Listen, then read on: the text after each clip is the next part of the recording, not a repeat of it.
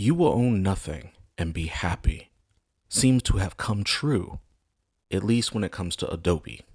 So let's talk about it. Hey, my squids. It's your favorite cephalopod, the prize winning squid, back with another video. If you're new here, welcome. If you're returning, welcome back. I'm an artist who likes to do illustrations and webcomics, and my webcomic Taliah is up on globalcomics.com, Webtoons, my website, artbytheprizewinningsquid.com, and my Patreon, patreon.com/theprizewinningsquid, where, if you subscribe, you can actually see all of the behind the scenes stuff that I post up, and you get to read everything early. So if that's something you like, go over there and subscribe. And then on this channel, we talk about art and art related drama. A lot of drama today. But of course, as always, anybody we talk about, anything we talk about, don't go harass anybody. We're talking about it to talk about what the community kind of thinks and how it affects the community overall. Just have a real discussion about it. So if that's something you're into, go ahead and subscribe over here too. And as always, I always do speed paints when we're talking about stuff, so I'll have speed paints up on the screen. The speed paints for today are going to be my main character, Leira Orta, from my webcomic Taliah. It's going to be her old band, which is Cryptid Carnivale, which in the Aborigine language is the Carnival of Cryptids, or the Cryptid Carnival. They all represent cryptids. So it's her band. It's going to be two different pictures, one of them playing and one of them kind of standing around doing that band pose thing. So I'll throw those up on the screen for you. But let's get into this. You will own nothing and you will be happy about it. So if you guys don't know, Adobe recently sent out an email to a lot of their users, and they said that they were basically sunsetting Adobe Animate. Adobe Animate, kind of give you guys a little backstory, a little history, is what like Adobe Flash kind of became. It morphed into Animate, and Flash was how we essentially saw animations and stuff on the internet for like 15, 20-ish years. And then Apple with the iPhone was the one that came through and killed Flash. But Adobe kind of repackaged it and created this thing called Animate, where you don't have to draw every animation frame. You draw your whatever you need to draw, and then you kind of do rigging to put your stuff together. If you've seen almost anything on the internet for maybe like the last decade, it's used Adobe Animate. A lot of TV shows, a lot of cartoons use it as well. It is a powerhouse of a program. So it wasn't like a small user base. It was a massive user base. And Adobe essentially was like, hey, we're getting rid of this thing that you guys use every single day, and it's probably the backbone for how you do things. I won't go too much into what the emails and all of that were. I will link videos below from Brad Colbo and Jax. They go over the emails and Adobe kind of saying they won't do this now.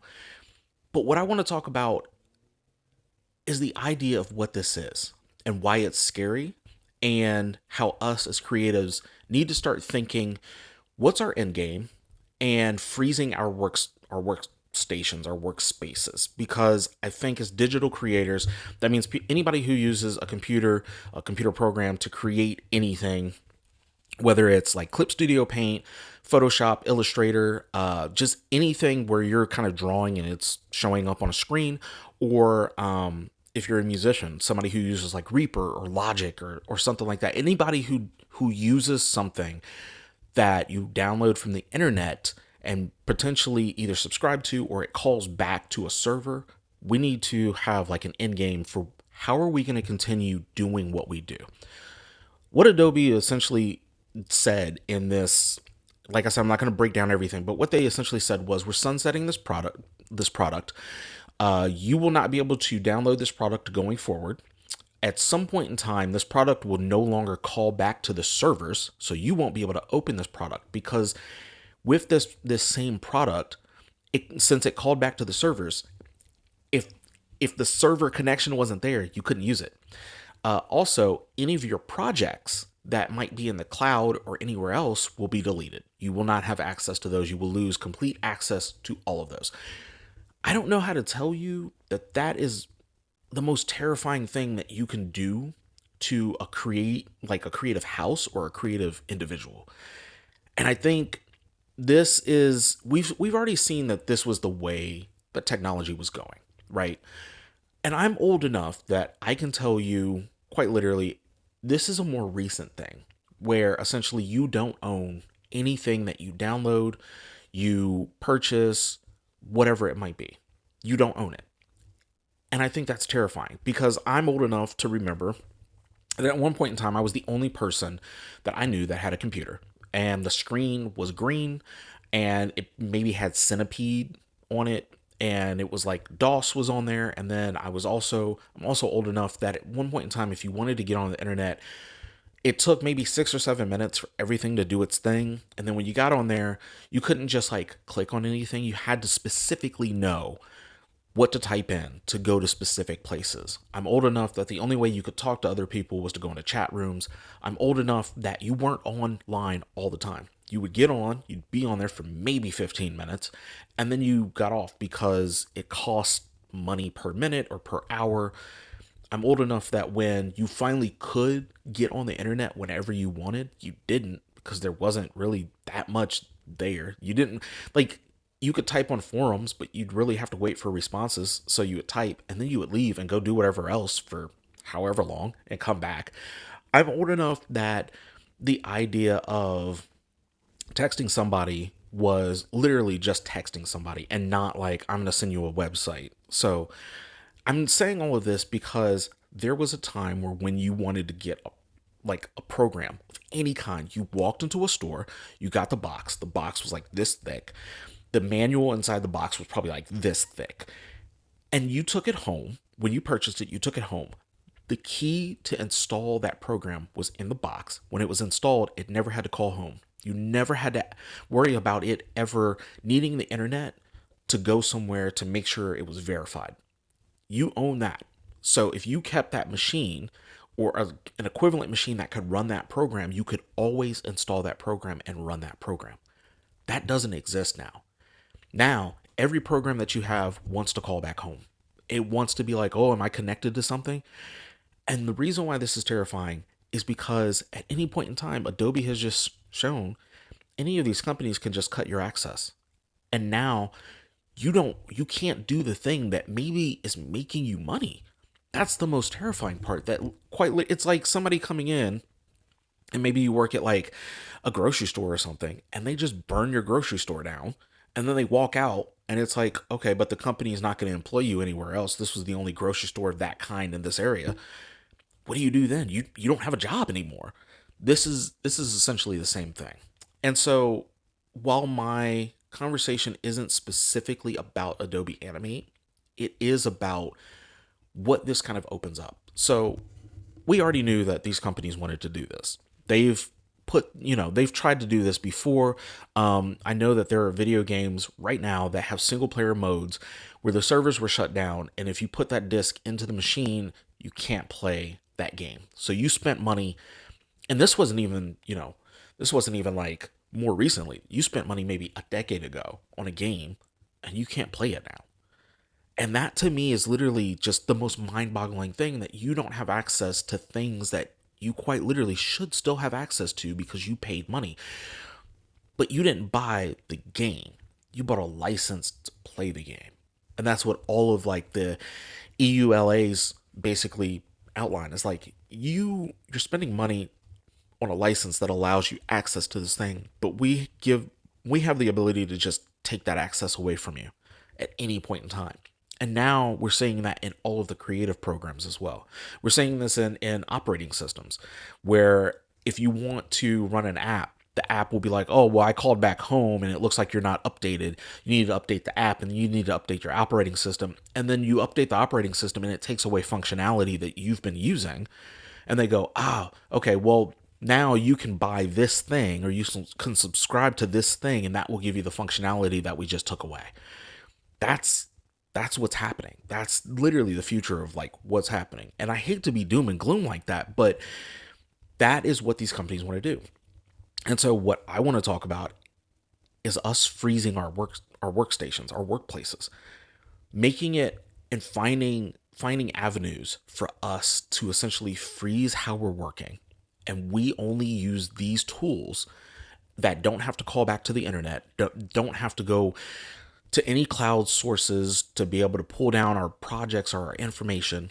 We use these tools very specifically and we keep them. We don't deviate. We don't do updates, none of this. Because what's going to end up happening is in the next decade, every program will be like this. You either have to subscribe to be able to use all the functionality that you've been using all of this time. And then if you cancel your subscription, the functionality is completely gone. And I'm like, but if I'm buying, if I'm subscribed monthly for $8-10 a month, and you're saying that to buy this outright is $100, and after 12 months, I still don't own this thing. What was I paying for? And I think that's kind of the mentality now. Is like, oh, well, you were just paying for access, you know. And so for me, I use Clip Studio Paint.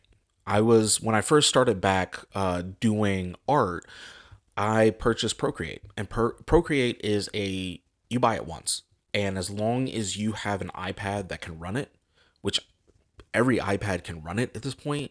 And even back then, I think most iPads could run it. You just had less number of layers depending on what the iPad was. But as long as you have an iPad that can run it, you're good. You never have to worry about anything else. And you don't have to worry about it being connected to the internet either. Because as you will find out very quickly, if you're working in Procreate, it stores everything locally. And if you want more room, you have to move your stuff off of Procreate and like out of Procreate and into a different folder where it can't be accessed by Procreate, but at least you could pull it back in if you want. That's a good thing, right? So I've backed up all of my Procreate stuff. Clip Studio is, all of it is stored on my Mac, so I don't have to worry about my Clip Studio projects. It also gets backed up. I have a hard drive that I back everything up to, so these are things I don't have to worry about. But Clip Studio Paint, I have not bought outright. And I'm like, okay, I've been subscribing to it because I use it on my iPad. This is one of those things where it's like, if I only used it on my Mac, I could purchase it one time and I'd be good. But I use it on my iPad as well. And you have to juggle whether using it on your iPad or using it on your Mac or your PC or whatever you might use it on is worth the price. And of course, I also have I have an Android tablet that I sometimes use it on. And then there are, phones and other things that kind of it's part of an ecosystem. So the subscription is being used across the number of devices that I'm allowed to use it on. But I'm like, would it be better to just do the one-time purchase and lock that version and never update it on any other device? So that way, no matter what, I can always open it up on my Mac. I can always work on my Mac on this thing and then turn off all of the functionality that allows me to connect to the internet and make sure that, yeah, I can 100% use this program. Because at the end of the day, what Adobe has done with Animate has exposed what every company essentially wants to do, but hasn't yet. And the one reason that they reversed their decision, and this is the thing I think we need to think about the most when we're evaluating what programs we're using, what our workflows are, what can and can't be replaced. Adobe backtracked, not because of uproar from users. So there was uproar from users, immediate. I mean, the initial email that they sent literally was just like, yeah, so we're sunsetting this thing. You won't have access to it. You won't be able to use it. Also, your program or your projects will be deleted at some point. And people were like, what? Because you have to think, animation is not you pick it up today and you're turning out something tomorrow. Animation is if I have something I want to work on and it is 2 minutes long and I started it today, it will probably come out in 6 months, 7 months, 8 months. Because it takes a long time to get things animated, to get things looking correct, especially if it's going to be something high quality. Now, I'm not saying that people are making low quality stuff with it. I mean, some people are, but even the smaller, simpler things, it's going to take you a little bit to get that together. They dropped this and they essentially gave people almost no time to really react. And so, of course, everybody was like, well, what I'm going to do is I'm going to download everything. I'm going to convert everything, find another program, and cancel my Adobe Creative Cloud subscription. And people did that. A ton of people did that. That wasn't what made them backtrack. What made them backtrack was everybody unsubscribing became news. And when those people unsubscribing became news, investors said, ooh, this is bad. We're going to pull our money out of Adobe. And when the stock price started dropping, Adobe was like, oop, okay, we need to backtrack. And their stock price is still dipping. So they quite literally only did this because of investors. That means we were never the people they cared about. And a lot of companies are like this. So the idea that we would be able to stop a company from doing something like this, throw that out the window. The only thing we can do is freeze our workstations, freeze our workspace, whatever it might be. So if you're somebody who's like, I use Clip Studio all the time, okay, one-time purchase Clip Studio. So now you have a version of Clip Studio. You don't update it. You don't upgrade. You don't do anything that would take that version away from you. You make sure that your workflow works with that version. There's nothing in the future that you might potentially want or need. There's no industry-wide changes because the industry doesn't change that rapidly. I think that's the other thing, is that especially in creative industries, the industry doesn't change so rapidly overnight because you would have to change massive workflows. And no company is going to do that. So you can quite literally lock your own workstation, your workspace, to a specific version, and you'd probably be good for like a decade, maybe even longer.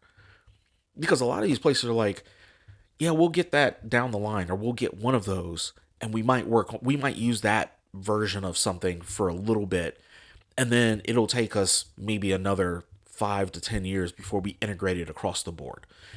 And you have to think in that way. So you lock your workstation, you make sure that you're good, you make sure that any device that you're using, you're good. You don't have to like replace the device, you don't have to do any weird upgrades to the device. Because remember, a lot of these computers and everything now, you have to send out because you can't work on it yourself.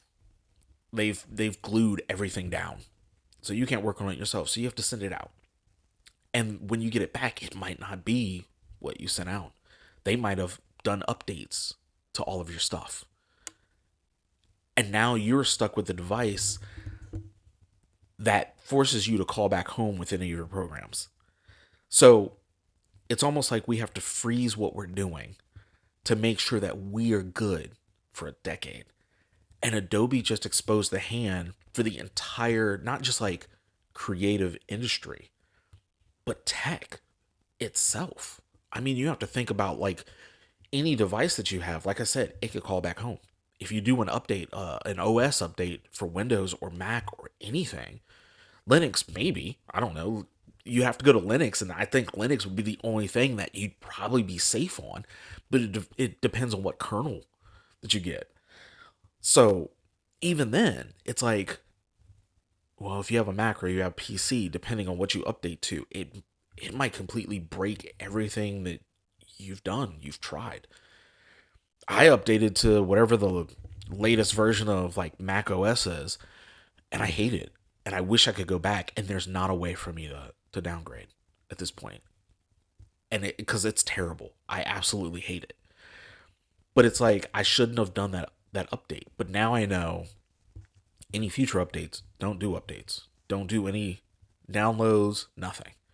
If there's a security update, maybe, but nothing else. I have a Mac Pro that is frozen 3 operating systems ago. And when I say frozen, I mean it just can't be updated. But I like that. The only problem is, because it can't be updated, I can't actually access any of my cloud services. I can't access my files. So what I have to do is I have to download it on the Mac that I have here, download my entire cloud, and then I can work on that other Mac. And so that's an OS. So imagine what they're going to do for any of your apps that might call home. It is honestly, it's a terrifying kind of prospect that you might be locked out of the things that bring you joy and that you use to create and express yourself. And it could be a writing program. Word could completely lock you out of everything that you've tried to do.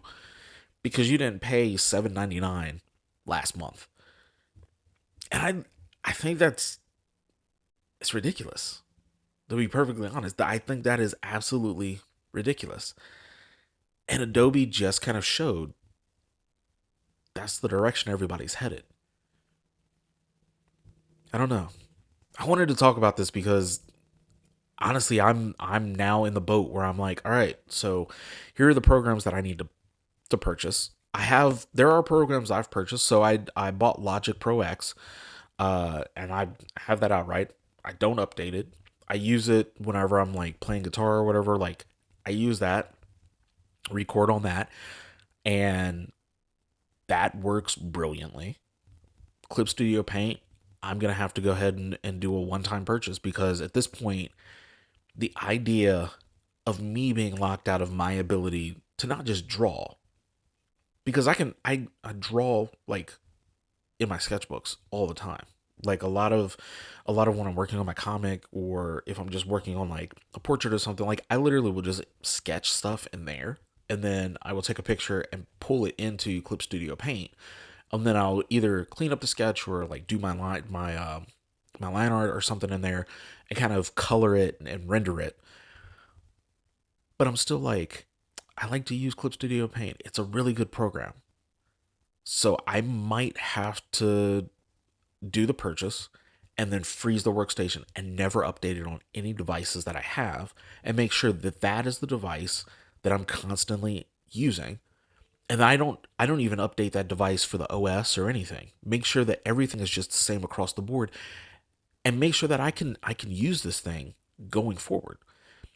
Because at the end of the day, these companies don't actually care about any of us. And they would just as soon lock us out of stuff. And then there's the other side of, well, if any of these programs are calling home and companies decide for whatever reason they don't think you should be making whatever you're making, it calls home and then it deletes your project because AI is looking at your stuff. And that's another prospect that's kind of, I don't know, it's terrifying. Anyway, I wanted to talk about this because that was on my, as soon as I saw this Adobe Animate stuff go down, I was like, dude, this is some of the worst stuff that I've ever kind of like seen. So I wanted to talk to you guys about it because, yeah, do you have a plan for something like this, to figure out what you're doing creatively, for a decade? Like, do you guys have a plan, or is this something you didn't even think about? Now you're just like, oh, okay, that's now in the eggshell. Like, kind of let me know in the comments. Or if you were somebody who was affected by the Adobe Animate stuff, let me know. Like, let me know what your experience is, what they said, how you're feeling about it. If you're looking for other kind of programs and avenues, because at the end of the day, like, as long as you can still do the stuff that you enjoy doing, do it. But these companies have kind of shown that they will pull the plug easily if they think they can make more money somewhere else or doing something else. So, anyway, I'm going to get out of here. I'm the prize winning squid. As always, you guys are amazing. I appreciate you. Make sure you guys take care of each other. Take care of yourselves as well. Make sure you take care of your community. There's going to be a lot of people who want to do art out there doing art. Network with each other. It's not a competition. This is a community, right? Share your secrets, share your ideas, because we need everybody doing human-made art out there all the time. And I don't know. Let me know what you think about this topic, and just other ones as well.